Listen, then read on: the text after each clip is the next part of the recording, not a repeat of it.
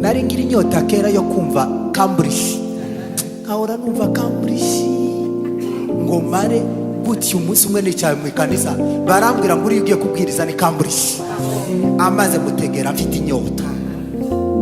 Cambridge yavuze akantu kamwe gatoya ko kugereranya, ariko numva ndatangaye. Cambridge yaravuze ngo ntazatekereza ko yosubira mu byaha, ngo nguko atogira uruhuha ko yohinduka umubeno. Ariko yakoze igitanga Cambridge naramukuze.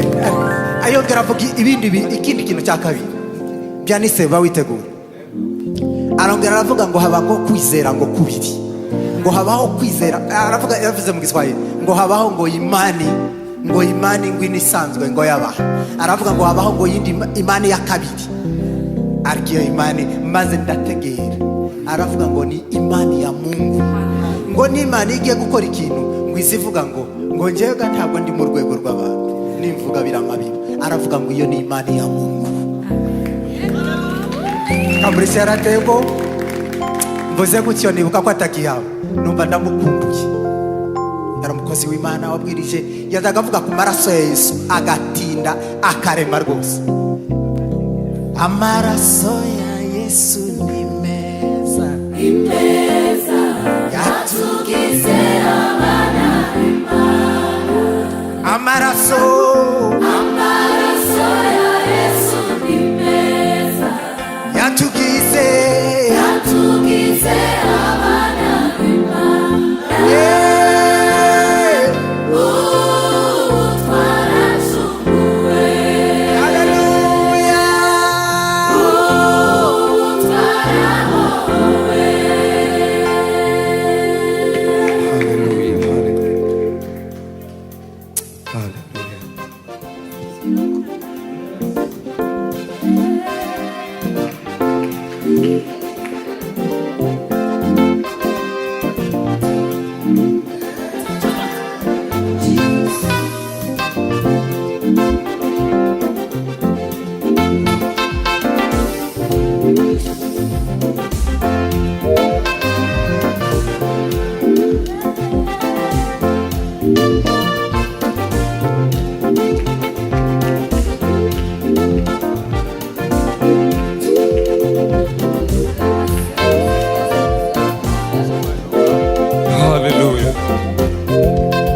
Amaraso ya Yesu ni meza, imeza yatugize abana b'Imana.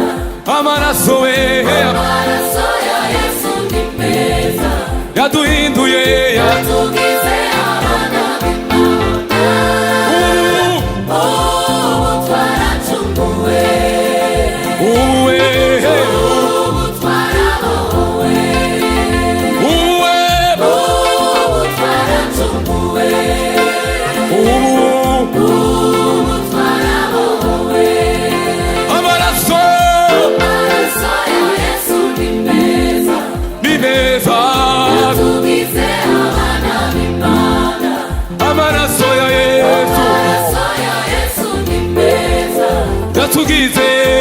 Tugize abana b'Imana. Twaracunguwe. Twarahowe. Twaracunguwe. Twarahowe. ireje amahanga yose, ati nimuze we, ati nimuze ndabaruhura. ireje amahanga yose, ati nimuze, ati nimuze ndabaruhura. Kuko ndumugwaneza, muze muze ndabaruhura. kuko Kuko ndumugwaneza, muze muze ndabaruhura.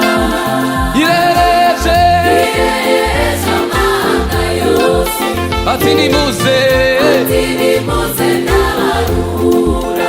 ireje amahanga yose, haleluya, ati nimuze, ati nimuze ndabaruhura.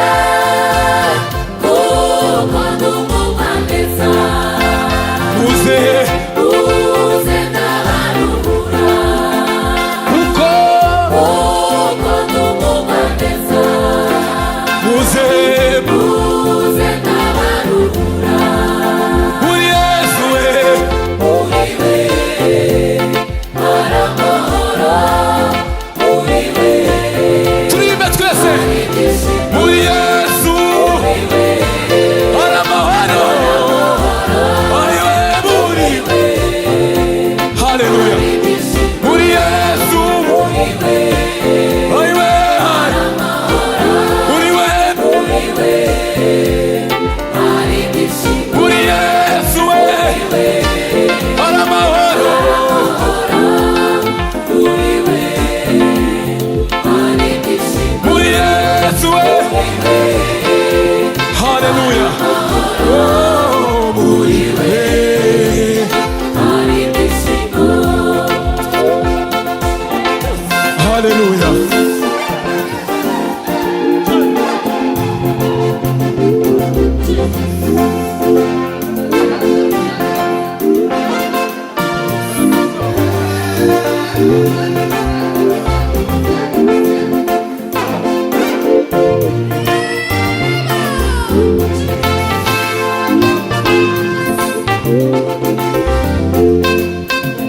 kubwo gukubitwa kwe twabone twaboneye agakiza kubwo gukubitwa kwe twabone twaboneye agakiza narababariwe narababariwe narubanza rubanza ngifite warababariwe narubanza rubanza ngifite warababariwe narubanza Haleluya warababariwe narubanza rubanza ngifite wowe wowe ukiri mu byaha Yesu weza gutegeye amaboko wowe wowe ukiri mu byaha Yesu weza gutegeye amaboko nuwe aracakiza agufitiye agufitiye imbabazi nuwe aracakiza agufitiye